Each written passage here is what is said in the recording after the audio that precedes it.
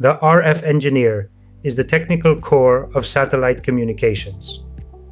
While NOC engineers focus on monitoring and managing networks, RF engineers specialize in the physical layer, the radio frequency signals that enable satellite links.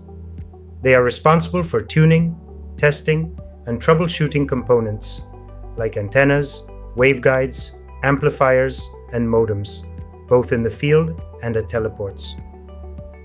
This role requires precision, strong diagnostic skills, and a deep understanding of signal behavior.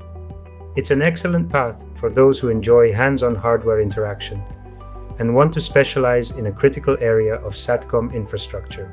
As an RF engineer in the satellite industry, your focus is on signal quality and transmission integrity.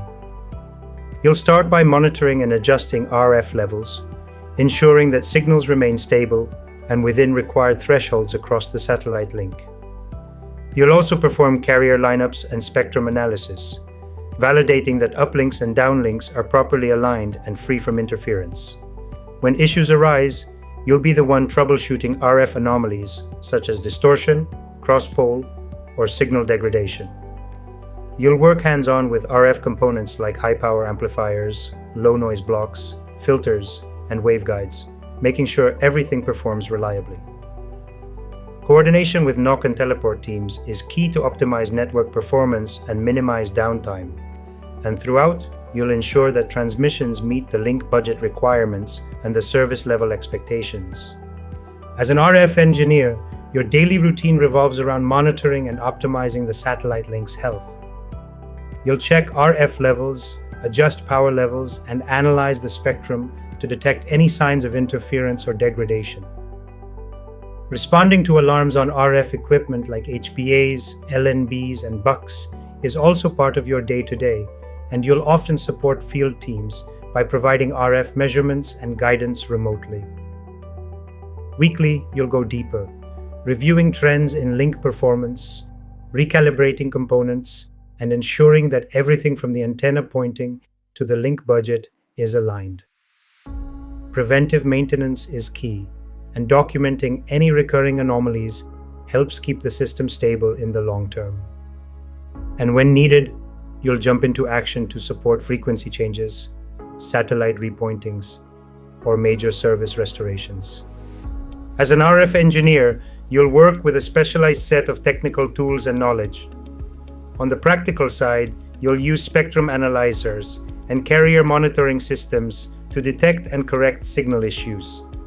You'll align antennas, adjust power levels, configure modems and RF chains, and run measurements like cross-pol and co-pol to ensure optimal transmission. At the same time, it's essential to understand RF fundamentals, things like frequency bands, polarization, EIRP, and link budgets. You'll need to grasp how weather affects signal quality, what satellite footprints mean, and how redundancy systems keep services running. Understanding modulation and teleport architecture is also key, even if you're not configuring them directly. As an RF engineer, your soft skills are just as critical as your technical ones. You'll need a signal analysis mindset, always looking at data trends and subtle changes in metrics. Data-driven troubleshooting is key. Solutions must be backed by logic and signal behavior, not guesswork. You'll collaborate with teams across the board, NOC, teleport, and field engineers, so clear technical communication is essential. Being able to document your findings and recognize patterns from signal logs and alarms will save time and prevent recurring issues. In stressful moments, like service degradation or interference, your emotional control and ability to stay calm will define your effectiveness. And finally, attention to detail isn't optional. Small anomalies in signal metrics can mean big problems in satellite communications. To work as an RF engineer, you need more than curiosity. You need real exposure to RF concepts and tools, even if it's from university labs or academic projects. This role is ideal for people who've already worked with waveforms, link budgets, spectrum analyzers, or RF circuits, and want to apply that knowledge in a satellite context.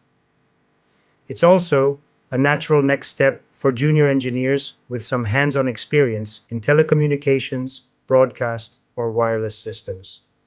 If you've touched RF and you liked it, this could be your path forward. As an RF engineer, you'll need to become familiar with key tools and devices like spectrum analyzers, signal generators, and link budget calculators. These tools help you monitor signal quality and troubleshoot transmission issues with precision. You'll also be expected to work with vendor-specific platforms, including modems from iDirect or UHP, RF hardware from Comtech or CPI, and auto-pointing antennas from companies like Cobham or Kimeta. To boost your profile, consider pursuing certifications like the GVF Advanced Technician Track or vendor-specific training from iDirect or NewTek. A strong foundation in networking, like a CCNA, can also be valuable, especially in hybrid IP-RF environments. The RF engineer is a hands-on technical role focused on ensuring high-quality signal transmission across satellite links. You'll work with modems, antennas, and test equipment, often at teleports or labs, to measure performance, isolate faults, and optimize RF parameters under real-world constraints. You must understand key RF concepts, SNR, EIRP, link budget, and be comfortable using instruments and interpreting results. Landing a job as an RF engineer isn't like landing an entry-level support role. You need hands-on experience, even if it's from your university lab work or projects. Companies usually don't have time to teach RF from scratch. They're looking for someone sharp, because this role involves sensitive systems, and one small mistake can take a whole service down. The learning curve is long, so if you're aiming for this position, make sure you show solid fundamentals, a strong learning attitude, and the discipline to grow into the role without breaking things along the way.